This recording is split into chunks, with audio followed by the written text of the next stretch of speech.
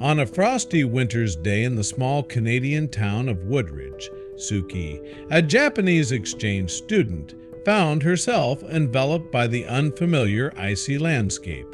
As she wandered through the town, her curiosity was piqued by a sign pointing to the Woodridge ice rink.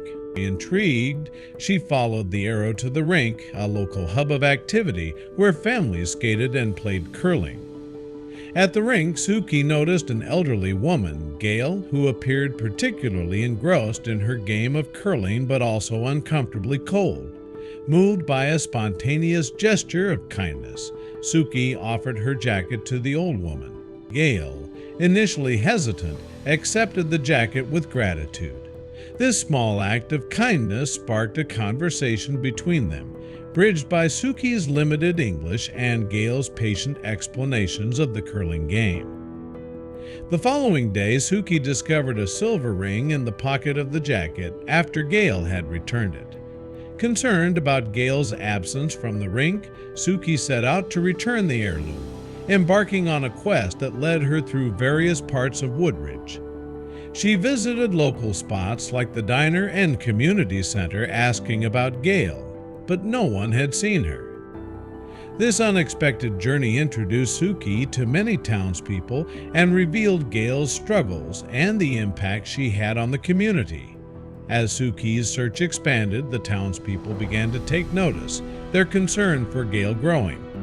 Her mission to find Gail and return the precious ring became a community effort, showcasing the close-knit nature of Woodridge. When Suki finally found Gail at the rink, looking frail but alive, she returned the ring. Gail shared that the ring was intended for her estranged daughter, Marilyn, who had left town years ago. Touched by Suki's kindness, Gail entrusted the ring to her, asking her to keep it safe. Suki, moved by Gail's story and trust, promised to safeguard the ring. She grew more involved in the community, helping Gail and learning more about the local traditions and the game of curling. As they spent time together at the rink, Gail's health seemed to falter, and she confided in Suki about her concerns for the future. Suki, in response, initiated a project to refurbish the aging curling rink with the help of the townspeople. This effort not only revitalized a cherished local venue, but also strengthened the bonds within the community. However, Gail's absence on the day the rink was to be reopened sparked concern. Suki remembered the directions to Gail's house and decided to check on her. There, in a small, weathered house on Ontario Avenue, Suki found Gail had passed away. The news of Gail's death quickly spread through Woodridge, casting a shadow of grief over the town. Determined to honor Gail's last wishes, Suki turned her efforts to finding Marilyn.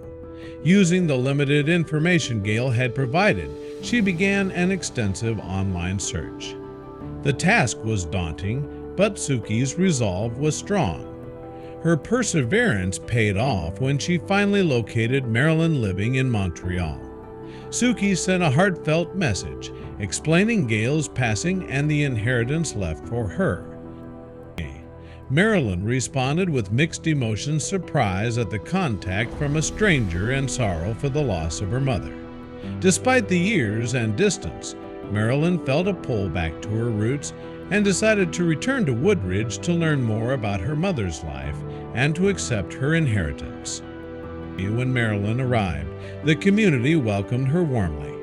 The memorial for Gail, initially planned as a celebration at the curling rink, transformed into a poignant reunion and a chance for Marilyn to connect with the town that had shaped her early years. Marilyn was touched by the community's reception and Suki's efforts. As she walked through the town, the memories of her childhood, mixed with the stories of her mother's later years, filled her with a sense of homecoming. The town had rallied not only to save the curling rink, but also to honor Gail, weaving her memory into the fabric of the community. During the memorial at the curling rink, Marilyn stood quietly, absorbing the heartfelt words spoken about her mother. The ceremony was simple but rich with emotion, reflecting the impact Gail had on those around her. After the memorial, Suki took Marilyn to see the house that Gail had left her.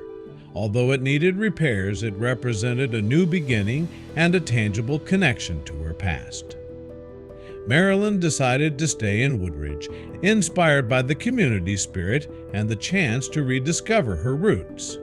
She became involved in local activities, particularly at the curling rink, where she learned the game that her mother had loved.